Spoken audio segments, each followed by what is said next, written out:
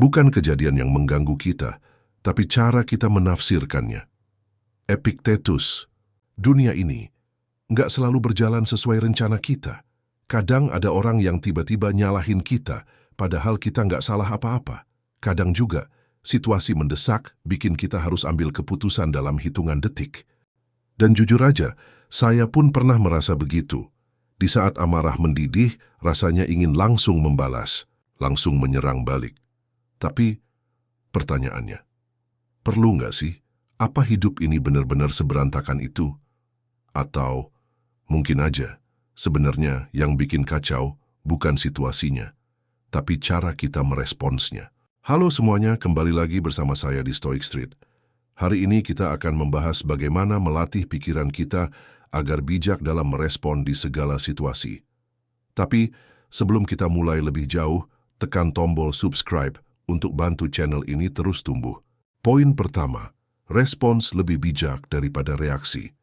Pernah nggak Anda melihat seseorang yang langsung marah pas dikritik di kerjaan, atau langsung panik pas ada masalah? Reaksi cepat itu kelihatan tegas, tapi kenyataannya, itu bisa jadi malah merusak, karena kita nggak memberi ruang untuk berpikir.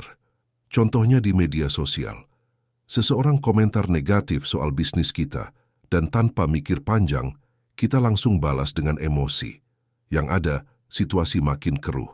Tapi kalau kita ambil jeda, mikir dulu dan baru merespons, kita bisa memilih apakah perlu ditanggapi atau cukup diabaikan. Kita nggak dikendalikan oleh amarah, kita mengendalikan pilihan kita. Poin kedua, otak kita dirancang untuk reaktif, tapi bisa dilatih. Tahu nggak, otak manusia itu dirancang untuk bertahan hidup. Makanya, sistem kita bereaksi otomatis saat ada ancaman. Kalau tiba-tiba motor ngebut nyerempet di jalan, tubuh langsung loncat. Itu reaksi alami. Tapi dalam hal emosi, misalnya pasangan telat balas chat, atau teman kerja melempar tanggung jawabnya tiba-tiba sama kita, reaksi impulsif kita sering memperburuk situasi. Berita baiknya adalah, otak itu bisa dilatih, seperti otot.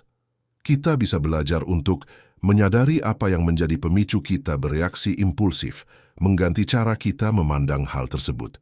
Dan yang paling penting, memberi jeda sebelum bertindak. Poin ketiga, mindfulness. Bisa jadi jangkar di tengah badai. Coba bayangkan, Anda lagi stres, pusing kerjaan, dan ada satu orang yang bikin kesel. Kalau tanpa jeda, bisa jadi perang dunia ketiga. Tapi kalau kita pakai mindfulness, kesadaran penuh di saat ini, kita bisa tenang bahkan di tengah tekanan. Nggak harus ribet kok. Bisa mulai dari tarik napas dalam beberapa detik, atau duduk diam tanpa layar HP, atau bisa juga menulis jurnal, isi hati, daripada posting status panas di Instagram. Mindfulness bukan soal jadi tenang terus kayak batu, tapi tentang mengenali emosi tanpa tenggelam di dalamnya. Poin keempat, fokus pada hal yang bisa dikendalikan. Cuaca, harga cabai, omongan tetangga, keputusan bos, itu semua di luar kendali kita. Tapi respons kita, itu 100% tanggung jawab kita.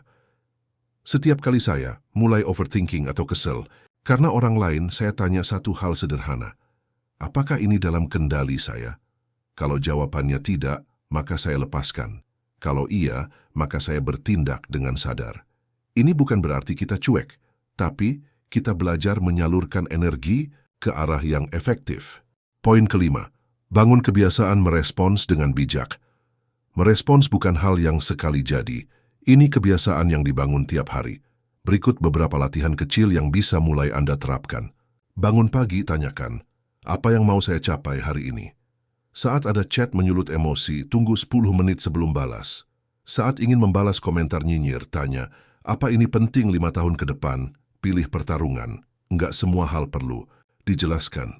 Dan yang paling penting, belajar untuk diam saat memang diam adalah pilihan bijak. Hidup akan terus memancing emosi kita, dari kemacetan, drama kantor, sampai urusan pribadi. Tapi Anda selalu punya pilihan, apakah mau bereaksi atau merespons dengan sadar. Bereaksi itu mudah, tapi merespons itu seni.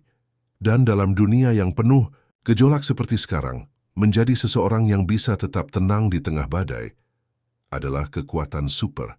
Kalau menurut Anda, situasi apa yang paling sulit ditanggapi dengan tenang? Coba tulis di kolom komentar. Dan jangan lupa, subscribe kalau ingin hidup lebih bijak, lebih tenang, dan tentu saja, lebih stoik. Terima kasih sudah menonton. Sampai jumpa di video berikutnya.